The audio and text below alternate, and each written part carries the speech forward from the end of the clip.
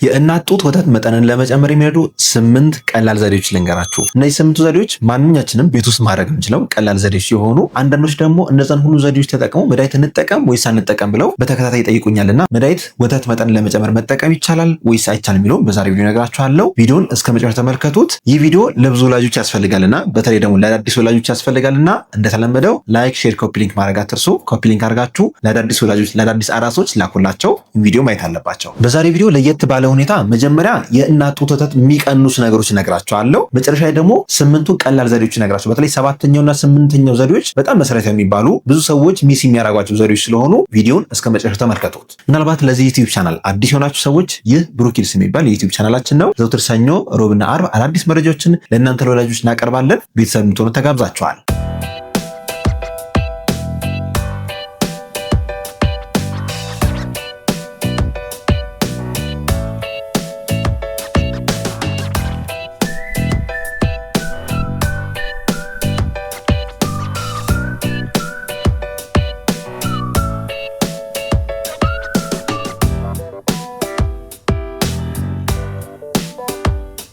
ጡት ማጥባት ለእናትም ለልጅም ተፈጥሯዊ ስጦታ ሆኖ ሳለ አንዳንድ ጊዜ ግን እናቶች ሳያስቡት በጣም የጡት መጠናቸው ሊቀንስባቸው ይችላል። ታዲያ የሚቀንሱ ምክንያቶች ምንድን ናቸው? 4 ዋና ዋና ምክንያቶች አሉ። ጡት ወተት በጣም መቀነስ የሚችሉ 4 ዋና ምክንያቶች አሉ። ይህ ልንገራችሁ። የመጀመሪያውና ዋነኛው የእናት ህመም ካለ፣ ህመም ስንል አካላዊ ህመም ሊሆን ይችላል ወይም የስነ አእምሮ ህመም ሊሆን ይችላል። አካላዊ ህመሞች ለምሳሌ በኦፕራሲዮን የወለደች ወይም በሲዜሪያን ሴክሽን የወለደች እናት ህመም ስለሚኖራት ህመሙ በራሱ ጭንቀት ይፈጥርባታል። ስለዚህ ጭንቀት ካለ ደግሞ የኦክሲቶሲን እና የፕሮላክቲን የሚባሉ ሆርሞኖች ፕሮዳክሽን በጣም ሊቀንስ ይችላል። በነገራችን ላይ እነዚህ ሆርሞኖች ላቭ ሆርሞን ይባላል። በተለይ ደግሞ ኦክሲቶሲን ላቭ ሆርሞን ይባላል፣ የፍቅር ሆርሞን። ያ ማለት እናትና ልጅ ሲገናኙ ወይም ደግሞ ጡት ስታጠባ የሚመረት ያ ሆርሞን ደግሞ ወደ ጡት በመሄድ የጡት ወተት ፕሮዳክሽን እንዲጨምር ወይም በደንብ እንዲፈስ በጣም ይረዳል። ስለዚህ እናት ጭንቀት ውስጥ ወይም ህመም ውስጥ ካለች ይህ ሆርሞን በጣም ሊቀንስ ይችላል። በዛ ምክንያት የእናት ጡት ወተት ፕሮዳክሽኑ በጣም ሊቀንስ ይችላል ማለት ነው። ሁለተኛ የእናት ደም መፍሰስ ችግር ካጋጠማት። እናት ከወሊድ በኋላ አንዳንድ ጊዜ የደም መፍሰስ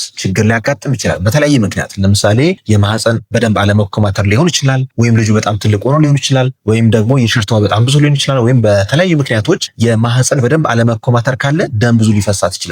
ደም ከፈሰሰ ዋና ዋና ንጥረ ነገሮች ይዞ ይወጣል። የሰውነቷ ውስጥ ያለው ሃይድሬሽን እያለቀ ይሄዳል። በዛ ምክንያት እናት ህመም ውስጥ ትገባለች። በዚህ ምክንያት የጡት ወተቷ በጣም ሊቀንስ ይችላል ማለት ነው። ሶስተኛው ምክንያት ደግሞ በቂ እረፍት አለማግኘትና በቂ ምግብ አለማግኘት። እረፍት ካላገኘን ወይም እናት ስትረስ ውስጥ ከገባች በተለያየ ምክንያት፣ ለምሳሌ አንዳንድ እናቶች ከወለዱ በኋላ ፖስትፓርተም ዲፕሬሽን ሊያጋጥማቸው ይችላል። ያ ማለት ከወሊድ በኋላ የሚመጣ የስነ አእምሮ ጭንቀት ማለት ነው። በተለያየ ምክንያት ቤተሰብ በማጣት ሊሆን ይችላል፣ በልጁ ጤንነት ሊሆን ይችላል፣ ወይም በባለቤቷ ባህሪ መቀየር ወይም ደግሞ በራሷን በተለያየ ምክንያት ጭንቀት ውስጥ የምትገባ ከሆነ አንዛይቲ ውስጥ የምትገባ ከሆነ የእናት ወተት በጣም ሊቀንስ ይችላል። በሌላ በኩል ደግሞ በቂ ፈሳሽ፣ በቂ ምግብ ካልወሰደች አንዳንድ ጊዜ እናቶች ኪሎአቸው በጣም ይጨምርና በእርግዝና ወቅት ያንን ኪሎ ለመቀነስ ሲሉ ልክ እንደወለዱ ምግብ ማቆም ይጀምራሉ፣ ወይም ደግሞ በፊት ሲወስዱ የነበረው ምግብ መቀነስ ይጀምራሉ። ያ ትክክል አይደለም። ይህ የእናት ወተት መጠን እንዲቀንስ ያደርጋል። ልጁን በበቂ መጠን ምግብ እንዳያገኝ ያደርግባቸዋል። ስለዚህ ቢያንስ በመጀመሪያዎቹ 6 ወራት በቂ የሆነ ፈሳሽ፣ በቂ የሆነ ምግብ በፊት ከምትወስደው ቢያንስ 500 ኪሎ ካሎሪ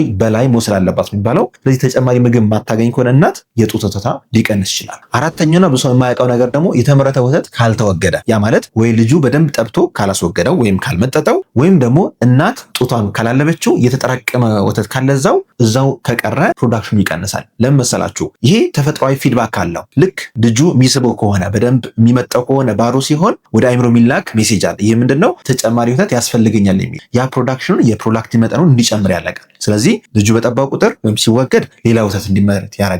ያ ነገር ግን ኢንጎርጅድ ሆኖ ወይም ልጁ ሳይጠባው ወይም ደግሞ ሳይታለብ ከቆየ ያ እዛው ስታክ ያደርጋል። ከዛ ብሬን የሚረዳው ምንድነው? አይ ሌላ ወተት አያስፈልገኝም፣ ሌላ ወተት ማምረት አይጠበቅብኝም ብሎ መልእክት ይደርሰዋል። ስለዚህ የእናት ወተት እየቀነሰ ይሄዳል። ስለዚህ የእናት ወተት መጠን ለመጨመር የሚረዳው አንደኛውና ዋነኛው ነገር ወይ ማለብ ነው ወይ ደግሞ ልጁ በደንብ እንዲጠባው ማድረግ ያስፈልጋል። ስለዚህ እነዚህ 4 ዋና ዋና የእናት ወተት መጠን የሚቀንሱ ነገሮችን ካስወገዳችሁ ሞስት ላይክሊ የእናት ወተት እየጨመረ ይሄዳል። ስለዚህ የሚጨምሩ ዘዴዎች ደግሞ አሉ፣ 8 ቀላል ዘዴዎች። ታዲያ እነዚህ ዘዴዎች የትኞቹ ናቸው? አንደኛ ዘዴ ልክ ልጁ እንደተወለደ ስኪን ቱ ስኪን ኮንታክት መጀመር። ያ ማለት የእናት ገላና የልጁ ገላ ቀጥታ እንዲገናኝ ማድረግ። ዳይፐር ብቻ ታደርጉለትና ቆዳ ለቆዳ ገላ ለገላ ሲገናኙ ይህ ከፍተኛ የሆነ ላቭ ሆርሞን ወይም ኦክሲቶሲን ሆርሞን እንዲመነጭ ያደርጋል። ያ ሆርሞን ደግሞ ወተት በደንብ እንዲመረት በደንብ እንዲፈስ ያደርጋል እና የመጀመሪያ 1 ወይ 2 ቀናት ለህፃናት ስኪን ቱ ስኪን ኮንታክት በጣም መሰረታዊ ነገር ነው። ከዛም በኋላም ቢሆን የእናት ቆዳና የልጅ ቆዳ መነካካት በራሱ ብዙ ነገሮችን ያስተካክላል። በተለይ ደግሞ ፕሪተርም ለሆኑ ያለ ጊዜያቸው ለተወለዱ ህፃናት የካንጋሩ ማዘር ኬር የምንለው ነገር አለ።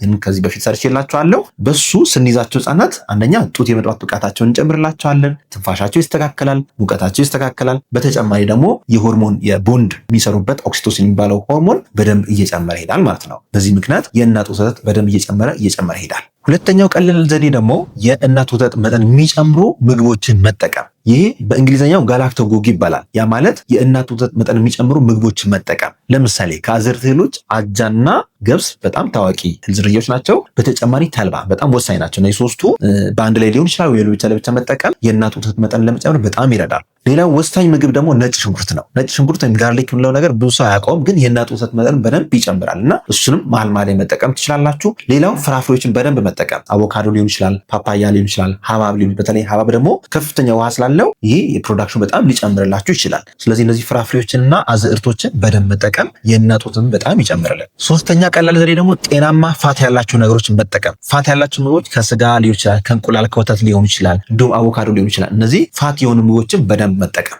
ይህን ስናደርግ ግን አንዳንድ ህጻናት የላም ወተት አለርጂ ሊኖራቸው ይችላል። CMPA የሚባል ነገር አለ፣ ካው ሚልክ ፕሮቲን አለርጂ። ስለዚህ በዛ ምክንያት ቅርሻት ሊበዛባቸው ይችላል፣ ወይም ደግሞ ትውከት ሊበዛባቸው ይችላል። ስለዚህ ልጃችሁ ካልተመቸው፣ በተለይ ደግሞ የላም ወተት ስትጠቀሙ ልጃችሁ በጣም የሚቆርጠው ከሆነ ቅርሻት የሚበዛበት ከሆነ እሱ ማቆም ሊኖርባችሁ ይችላል። ስለዚህ ይሄ እንደየህፃናቱ ግን ሊለያይ ይችላል። አራተኛው ቀላል ዘዴ ጡትን ማሳጅ ማድረግና ለብ ባለ ውሃ በደንብ እንቅስቃሴ ማድረግ። ማሳጅ ስናደርግ በጣም ቀላል ነገር። ማሳጅ ስናደርግ እንዴት ነው ማድረግ ያለብን? ሰርኩላር ፋሽን መጠቀም። ያ ማለት የጡታችን ከውጭኛው ክፍል ጀምረን ወደ ውስጥ ሰርኩላር በሆነ ሞሽን በደንብ መከተልና እያንዳንዱን የእናት ጡት ቲሹን ለማነቃቃት ወይም ስቲሙሌት ለማድረግ ይህ ማሳጅ በጣም ይጠቅማል። በተጨማሪ ደግሞ እንደ አማራጭ ፎጣ መጠቀም ትችላላችሁ። ለብ ያለ ውሃ ውስጥ የተነከሩ 2 ፎጣዎች ከላይና ከታች ይዛችሁ ጡታችሁ መሀል ያደርጋችሁ ወደ ውጪ ማለር። ይህን ስታደርጉ ማሳጅም ይኖረዋል፣ ሙቀትም ያገኛል። የተዘጉ የወተት ቱቦችም ካሉ እንዲከፍት ይረዳል ማለት ነው። አምስተኛው እና ዋናው ነገር ደግሞ ስትረስ መቀነስ ይኖርባቸዋል። ስትረስ በጣም ብዙ እናቶችን እየጎዳ ያለ ነገር ነው። በተለይ ከወለዱ በኋላ በተለያየ ምክንያት ጭንቀት ውስጥ የሚገቡ ከሆነ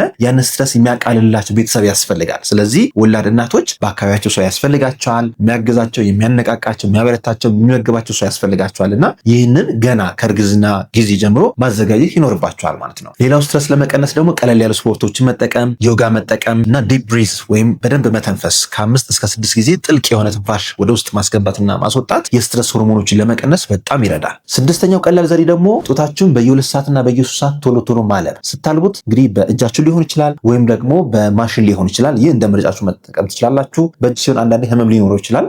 የተወሰነ ህመም ሊኖረው ይችላል። ያው መስዋዕትነትም ስለሚያስፈልግ ለተወሰነ ጊዜ ህመም ሊኖረው ይችላል። ግን ጡታችሁን ቶሎ ካለባችሁት ፕሮዳክሽኑ በዛው ልክ እየጨመረ ሊሄድ ይችላል። አንዴ የታለበ የእናት ወተት ምን ያህል ጊዜ ያገለግላል? ምን ያህል ጊዜ መጠቀም ይኖርብናል? ፍሪጅ ውስጥ እንጠቀም ወይስ ውጭ እንጠቀም? ይሆን ከዚህ በፊት ሌላ ቪዲዮ ሰርችላችሁ ነበርና ያን ቪዲዮ መለስ ብላችሁ እንታዩት እጋብዛችኋለሁ። በዛ ቪዲዮ ይህ ነው ተምሌሉ የእናት ወተት የሚያጠቡ እናቶች የሚሰሩት 5 ስህተቶች ይላል። ይህን ቪዲዮ እንድትመለከቱ ጋብዛችኋለሁ። 7ኛው ስህተት ደግሞ ልጁ ገና 1 ወር ሳይሞላው ወይም የእናት ወተት ፕሮዳክሽን በደንብ ሳይመጣ የእንጀራ እናት ወይም ጡጦ ማስለመድ። ይህ ብዙ ወላጆች የሚሰሩት ስህተት ነውና በመጀመሪያ 1 ወር በተቻለ መጠን የእናት ወተት ፕሮዳክሽን ሜንቴን የምናደርግበት ወይም ደግሞ ምርቱን የምናነቃቃበት እንጂ የጣሳ ወተት ወይም ደግሞ የእንጀራ እናት የምናስለምድበት ጊዜ አይደለም እና በተቻለ መጠን የእናት ወተትና ጡጦን ከ1 ወር በታች ባታስጀምሩ መክራቸዋለሁ። ኢቭን ከዛ በኋላ ራሱ እናት ለስራ ወይም በሌላ ምክንያት ካልወጣች በስተቀር እስከ 6 ወር ማግኘት ያለባቸው ህጻናት የእናት ወተት ብቻ ነው መሆን ያለበት። 8ኛውና የመጨረሻው ደግሞ ትክክለኛ አያያዝ ፖዚሽኒንግ ኤንድ አታችመንት፣ ትክክለኛ አያያዝና ጡት አጠባብ ዘዴ። ይህንን ከዚህ በፊት በሌላ ቪዲዮ ሰርቼላችኋለሁ፣ ግን ለማስታወስ ያህል ስንይዛቸው ምን ጊዜም ህጻናት አንደኛ ሙሉ ሰውነታቸው መደገፍ ይኖርብናል። በምስሉ ላይ እንደምትመለከቱት ሙሉ እጃችን ሙሉ ሰውነታቸው መደገፍ ይኖርባቸዋል። ሙሉ ሰውነታቸው በተመሳሳይ መስመር ላይ መቆየት ይኖርበታል። ለምሳሌ እግሩ ወደታች አንገቱ ቁልም የሚል ከሆነና የማይመቸው ከሆነ ጡት በደንብ ላይዝ ይችላል። ይህ የመጀመሪያው ፖዚሽኒንግ ይባላል፣ አያያዝ። ሌላው የልጁ ሆድና የእናት ሆድ በደንብ መገናኘት አለባቸው። አይን ላይን በደንብ መታየት ይኖርባቸዋል። ይህ አያያዝ ካላስተካከልን ልጁ ጡት በደንብ ላይዝ ይችላል። ሁለተኛው ደግሞ አታችመንት ይባላል። አታችመንት ማለት የእናት ጡት ጫፉና የልጁ አፍ የሚያያዝበት ቴክኒክ ማለት ነው። አታችመንት ላይ ማወቅ ያለብን አንድ ነገር ጫፉ ብቻ መያዝ የለበትም። ከጫፉ በተጨማሪ የጡቱን ጥቁሩን ፓርት በምስሉ ላይ እንደምትመለከቱት ይህ አሬው ላይ ይባላል። የጡቱን ጥቁሩን ፓርት በደንብ እንዲጎርሱት ማድረግ ይኖርባቸዋል። ይህን ስታደርጉ በምስሉ ላይ እንደምትመለከቱት ልጁ በደንብ የመጥባት ብቃቱ እየጨመረ ይሄዳል። ሌላው ስታጠቡ ወይም ስታስይዙት ደግሞ ምንጊዜም አፉ በደንብ ክፍት ማድረግ አለበት። ከንፈሩ በደንብ ግልብጥ ብሎ ብሎ መታየት ይኖርበታል። አፉ በደንብ ያልተከፈተና ከንፈሩ ግልብጥ ብሎ በደንብ የማይጠባ ከሆነ ልጁ የሚጠባው ጫፉን ብቻ ነው። ጫፉን ብቻ የሚጠባ ከሆነ ልጁ አንደኛ የጡታችሁ ጫፍ እየቆሰለ ይሄዳል። ሁለተኛ ደግሞ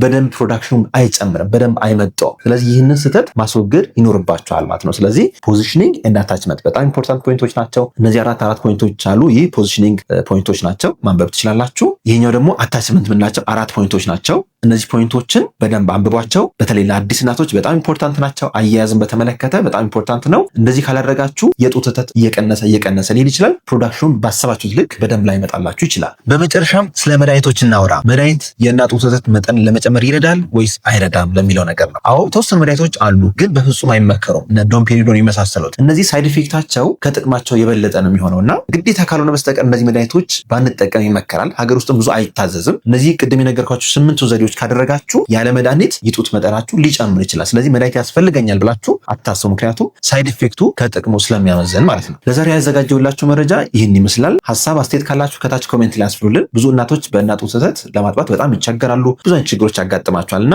እናንተስ ምን ችግር አጋጠማችሁ? እስኪ ኮሜንት ላይ አስፍሩልን። ምናልባት ለዚህ ዩቲዩብ ቻናል አዲስ ከሆናችሁ ቤተሰብ እንድትሆኑ ተጋብዛችኋል። ዶክተር ፋሲል ነኝ፣ የህፃናት ስፔሻሊስት ሐኪም ከብሩኬስ ልዩ የህፃናትና ታዳጊዎች ክሊኒክ። መልካም ጊዜ